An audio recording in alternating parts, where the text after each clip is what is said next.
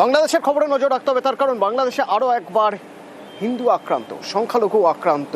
এর আগে আমরা দেখেছি বিভিন্ন জায়গায় হিন্দুদের উপর আক্রমণ করা হয়েছে, মারধর করা হয়েছে, ঘর বাড়ি জ্বালিয়ে দেওয়া হয়েছে, এখানেও ঘরে আগুন লাগিয়ে দেওয়া হয়েছে। কোথাকার ঘটনা জানবো, কি অবস্থা পরিবারের জানবো, পুলিশই বা কি ব্যবস্থা নিয়েছে বাংলাদেশ পুলিশ। অভিজিৎ রয়েছে আমার সঙ্গে ফোনে। অভিজিৎ। অতনু, একের পর এক জায়গায় এই সংখ্যালঘু হিন্দুদের ওপর আক্রমণ করা হচ্ছে বাংলাদেশের বিভিন্ন প্রান্তে। আর এবার বাংলাদেশের গোয়াইনঘাট উপজেলার নান্দিরগাঁও ইউনিয়নের বাহর গ্রামে সেখানকার শিক্ষক বীরেন্দ্র কুমার দে, তার বাড়িতে আগুন ধরিয়ে দেওয়ার অভিযোগ উঠেছে। বীরেন্দ্র কুমার দে তিনি এলাকায় ঝুনু স্যার নামে পরিচিত, অত্যন্ত জনপ্রিয়। কিন্তু তার বাড়িতে যেভাবে আগুন ধরিয়ে দেওয়া হয়েছে সিলেটে, এটা একদম বাংলাদেশের সিলেটের উপজেলা গোয়াইনঘাট উপজেলা, তার নান্দিরগাঁও ইউনিয়নের বাহর গ্রাম।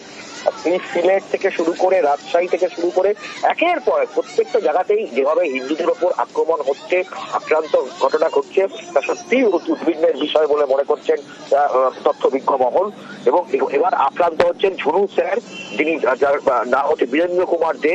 ঝুনু স্যার, তার বাড়িতে আক্রমণ ঘটেছে এবং আগুন ধরিয়ে দেওয়া হয়েছে। পরিবারের লোকজন কেউ হতাহত না হলেও প্রত্যেকে আতঙ্কিত এবং বাড়ি ছাড়া। ফলে স্বভাবতই এই বিষয়ে অত্যন্তই আতঙ্ক ছড়িয়েছে গোটা এলাকা জুড়ে। অতএব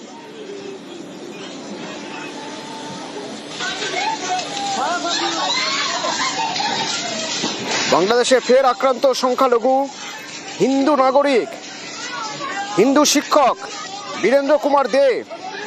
তার গোয়াইনঘাট উপজেলার বাহর গ্রামে তার বাড়িতে আগুন ধরিয়ে দেওয়া হয়। যদিও কেউ হতাহত হননি, কিন্তু ভয় তো থাকবেই, ভয় সিটিয়ে রয়েছে পরিবার।